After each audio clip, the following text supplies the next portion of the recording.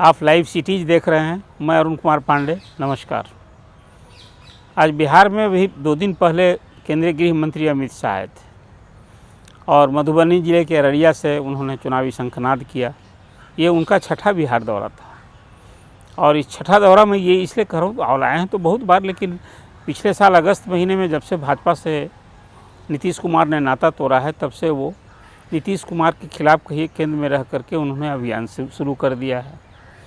और झंझारपुर के पहले वो जो पिछली जितनी सभाएं की उसमें नीतीश कुमार मुख्य निशाने पर रहे और कई बार उनकी राजनीति को चुनौती देते हुए, आलोचना करते हुए उन्होंने कहा कि नीतीश बाबू, अब आपके लिए भाजपा का दरवाज़ा हमेशा के लिए बंद हो गया है, आपने धोखा दिया है, आपने पलटी मारी है, आपको प्रधानमंत्री बनने की आपने लालसा पाल रखी है, तो प्रधानमंत्री बनने की कोई वैकेंसी नहीं है पद की।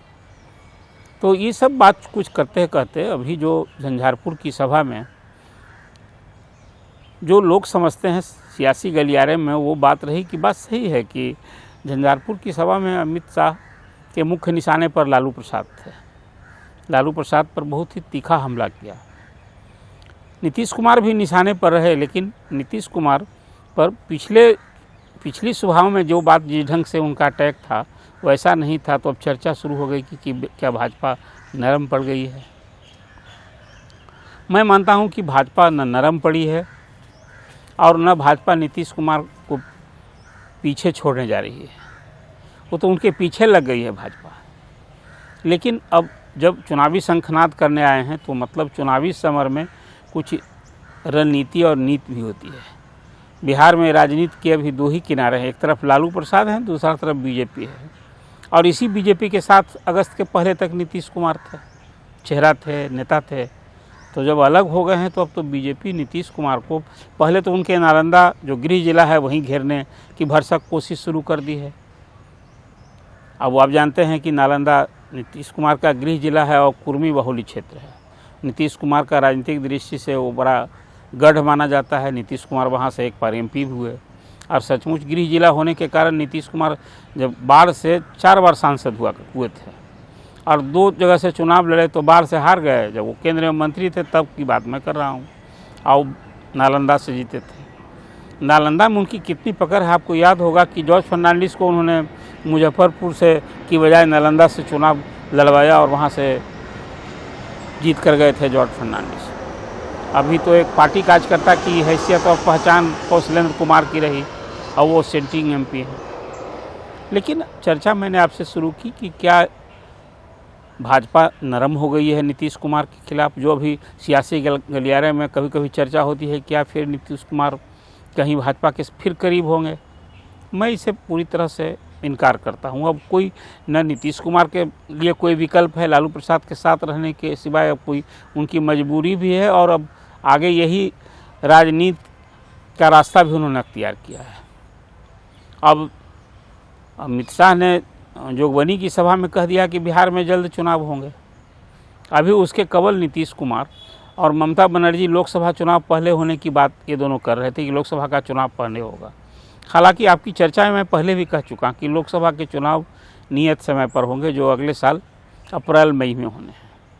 लेकिन ये चर्चा इसलिए अभी जोर पकड़ी पूरे देश भर में कि 1 नेशन 1 इलेक्शन की बात हुई कि लोकसभा और विधानसभा के चुनाव एक साथ कराए जाएं। ये विचार तो प्रधानमंत्री ने जब बने थे तभी 14 से कई बार कह चुके हैं और नीतीश कुमार इसके पक्षधर थे। उन्होंने कहा था कि तो अच्छी बात होगी कि लोकसभा के चुनाव, विधानसभा के चुनाव हर साल कहीं ना कहीं चुनाव होता है। इसी साल दिसंबर के पहले 5 स्टेट में चुनाव होना है, लेकिन बिहार में नवंबर 2025 में चुनाव होना है। तो वो चुनाव जल्दी कैसे, क्या तात्पर्य था। मैं मानता हूं कि अमित शाह ने ये बयान दे करके कि बिहार में जल्द चुनाव होंगे, कहीं ना कहीं खासकर जो सत्तारूढ़ दल है या उसके कार्यकर्ता हैं उसको उसमें एक कन्फ्यूजन क्रिएट करना कहिए, इसको कहेंगे। उन्होंने अमित शाह ने अपने भाषण में ये भी कहा कि जदयू और राजद का जो ये मेल मिलाप है, ये तेल और पानी का मिलाप है, भाई कहीं मिल ही नहीं सकता है। तो मैं मानता हूँ यह भी कहीं ना कहीं जो कंट्राडिक्शन है जदयू और राजद के बीच का, जो इसका वो उल्लेख कर रहे थे।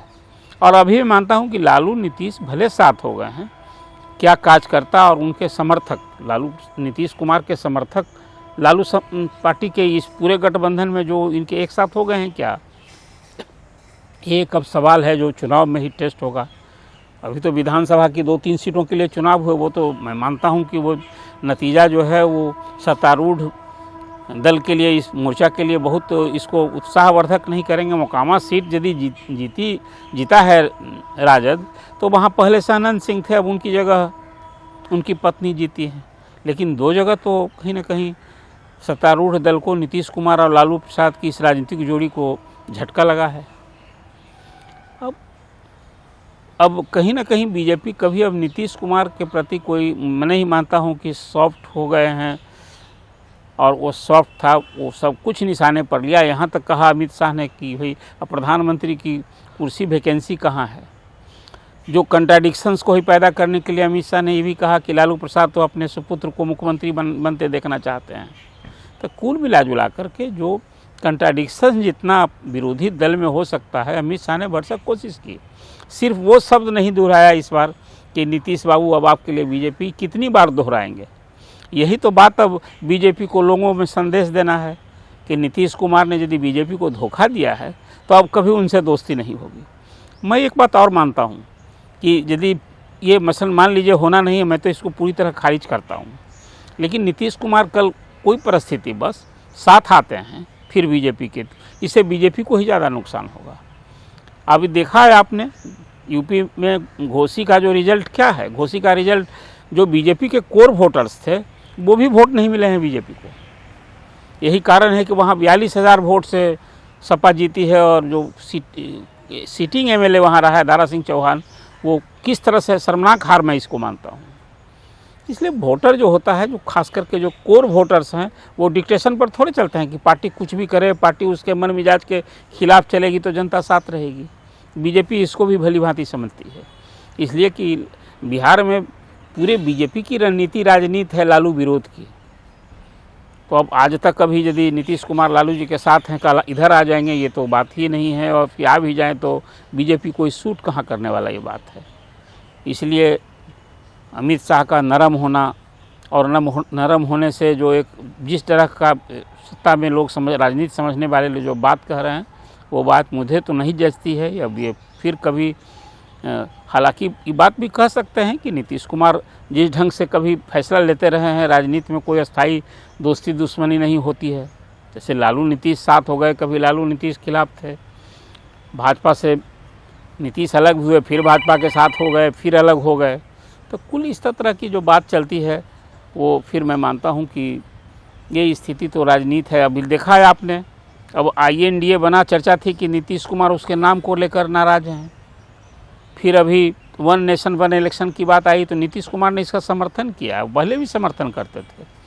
अभी INDA की कोऑर्डिनेशन कमेटी ने 14 टीवी एंकरों को बाइकआउट का फैसला लिया, नीतीश कुमार ने इसका समर्थन नहीं किया और कहा कि हम इस तरह के स्टैंड से सहमत नहीं हैं। उनके साथ थे ललन सिंह जो कोऑर्डिनेशन कमेटी के मेंबर थे, उनके तरफ इशारा किया।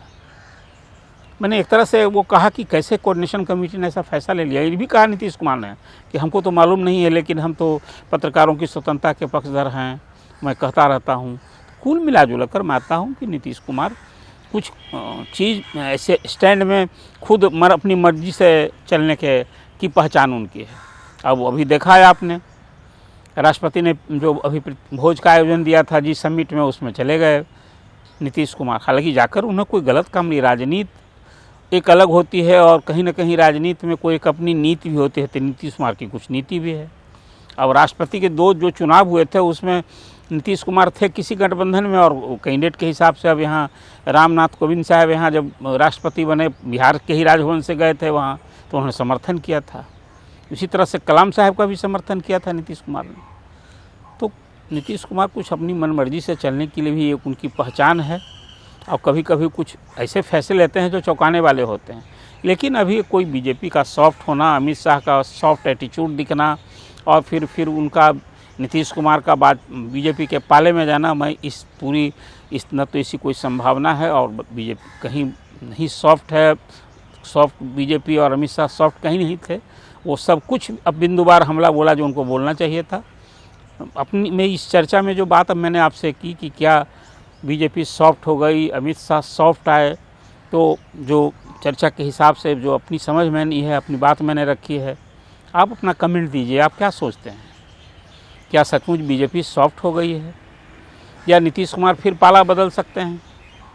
मुझे तो लगता है कि नीतीश कुमार को राजनीतिक रूप से घेरने के लिए नालंदा, उनके गृह जिला से लेकर बिहार में ही जो बीजेपी के खिलाफ एक मोर्चा बना करके पूरे देश में अभियान छेड़ने वाले हैं, तो बीजेपी तो नीतीश कुमार के घेरने के लिए वो सब कुछ कर रही है।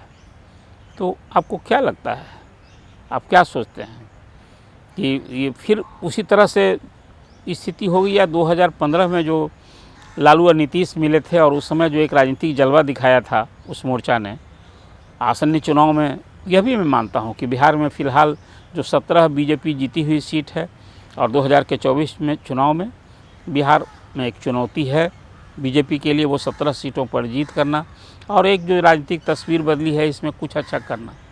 लेकिन पिछले 2 चुनावों में 2014 के लोकसभा, 2019 के चुनाव में नरेंद्र मोदी के नाम और चेहरे पर लड़ाए गए चुनाव में जो शानदार सफलता मिली है, फिर वो सफलता बिहार में लगेगी, ये संबंध में क्या आप सोचते हैं? फिर मैं आपसे कहता हूँ इस चर्चा पर अपना कमेंट दीजिए।